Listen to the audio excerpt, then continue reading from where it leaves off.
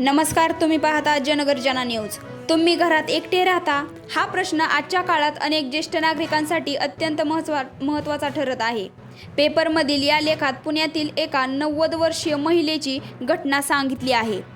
त्या घरात एकट्या राहत असताना हृदयविकाराच्या झटक्याने त्यांचा मृत्यू झाला। 3 दिवसांनी त्यांची मोलकरीण आली तेव्हा ती ही घटना लक्षात आली। मृत्यूसमयी आणि मृत्यूनंतरही काही काळ त्या एकट्याच राहिल्या। 5व्या दिवशी परदेशातून येऊन मुलाने आईवर अंत्यसंस्कार केले।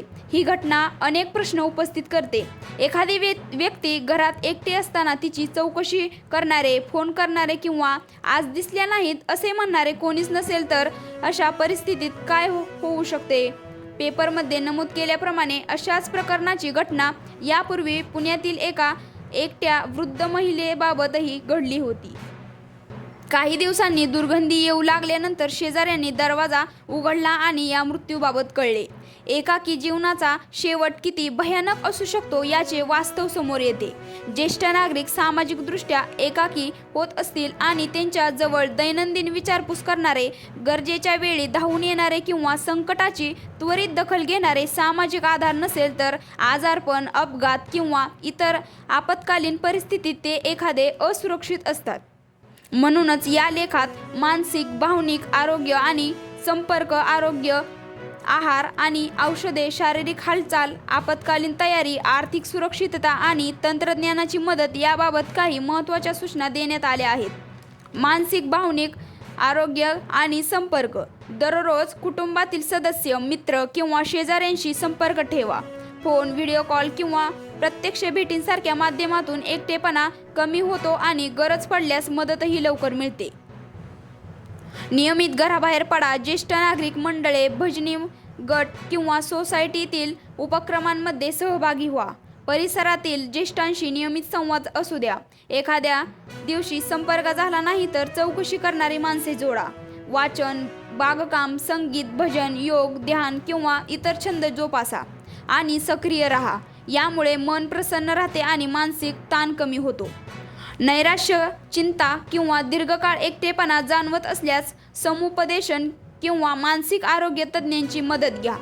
आरोग्य, आहार आणि औषधे वेळेवर घेण्यासाठी मोबाईलमध्ये अलार्म लावा। सकाळी, दुपार आणि रात्रीच्या औषधांसाठी वेगवेगळे बॉक्स वापरा। नियमित आरोग्य तपासणी करा।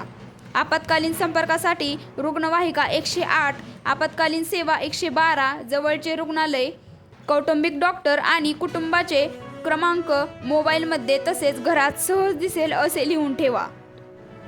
मेडिकल आयडी कार्डवर नाव, रक्तगट, औषधे, ॲलर्जी आणि आजार यांची माहिती लिहून ठेवा। आपत्कालीन संपर्क लिहून ठेवायलाही सांगण्यात आले आहे। वेळेवर आणि संतुलित आहार घ्या। जेवण टाळू नका। फळे, व्हिटॅमिनयुक्त आणि तयार पदार्थांवर अवलंबून राहू नका। डॉक्टरांच्या सल्ल्यानुसार आवश्यक द्रव्य पदार्थ घ्या। शारीरिक हालचाल: सतत जास्त वेळ बसून राहण्याऐवजी दर 30-45 मिनिटांनी उठून थोडे चालणे किंवा शरीराची हालचाल करा। नियमित चालणे, स्ट्रेचिंग, योगासने किंवा इतर व्यायाम करा। व्यायाम करताना श्वास लागणे, चक्कर येणे, छातीत दुखणे किंवा अस्वस्थ वाटल्यास आपत्कालीनची तयारी करा। घराचे अतिरिक्त किल्ली विश्वासू शेजारी, नातेवाईक किंवा जवळच्या व्यक्तीकडे ठेवा। अचानक तब्येत बिघडल्यास किंवा अपघात झाल्यास यामुळे त्वरित मदत मिळू शकते। आपत्कालीन बटन असलेले घड्याळ किंवा इतर सहाय्यक उपकरणे वापरा।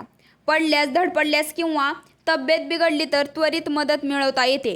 या संपूर्ण लेखाचा मुख्य उद्देश इतकाच आहे की घरात एकटे राहणाऱ्या ज्येष्ठ नागरिकांच्या आरोग्याची, सुरक्षिततेची, मानसिक स्थितीची आणि संपर्काची काळजी घेणे अत्यंत महत्त्वाचे आहे। डॉक्टर बेनझीर पाटील, मुख्य कार्यकारी अधिकारी, स्कूल, वृद्ध मित्र। अशाच विश्वासार्ह आणि महत्त्वाच्या बातम्यांसाठी जनगर्जना न्यूजला नक्की सबस्क्राईब करा। धन्यवाद।